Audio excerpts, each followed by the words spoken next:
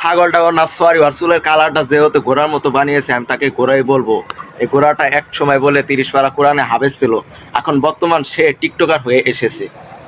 সবাই আমার টিকটক আইডিতে একটু ফলো করে দিবেন, ঠিক আছে? ঘটনা স্ট্রাকচার ভিডিও দেখে আপনারা বিশ্বাস করতে পারবেন না যে ছাগলটা 30 পারা কোরআনে হাফেজ ছিল, কিন্তু আপনারা নিজের চোখে দেখলে আপনারা কি বলবেন?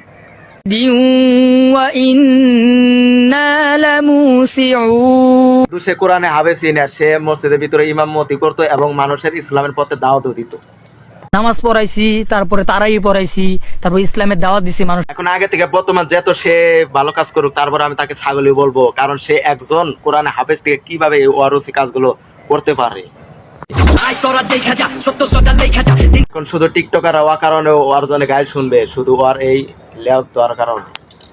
যে টিকটকার লেবাস আমরা কি বলি, সেই টিকটকার কি বলে, সে বলে পরিবর্তন হচ্ছে। চলো তার কাছে আমি শুনে আসি সে কি বলে, নিজের পরিবর্তনের কথাগুলো কি বলে দেখি। পরিস্থিতি এমন একটা জিনিস যে আপনাকে কই থেকে কই নিয়ে আসবে। আগে জানতাম পরিস্থিতি মানুষের খারাপ থেকে ভালো কাজে নিয়ে যায়, আর ভাই তুই কি করলি কোরআন হাফেজ থেকে তুই টিকটকার এই লেওয়াসটা ধরলি।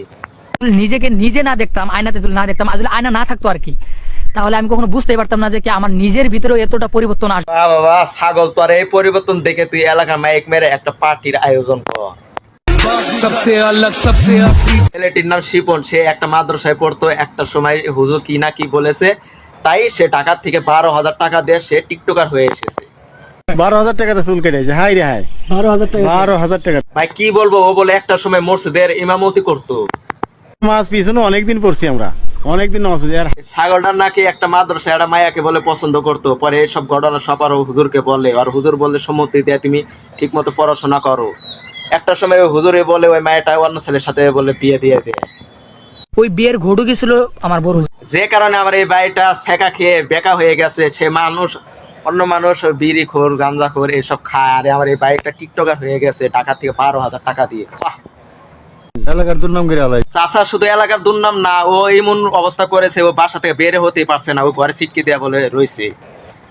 আর সবসময় দরজা দিয়ে থাকে, তো ঘরে সিটকে দেয়া বসে রয়েছে। ও যদি আমাদের এলাকার লোক হতো, আর আমি চামড়া পিটাইয়া পিটাইয়া মাইরা ফেলাইতাম।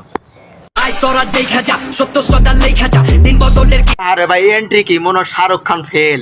শাহরুখ খান কি আমাদের বাংলাদেশের কি হিরো আলম, হিরো আলমই ফেল।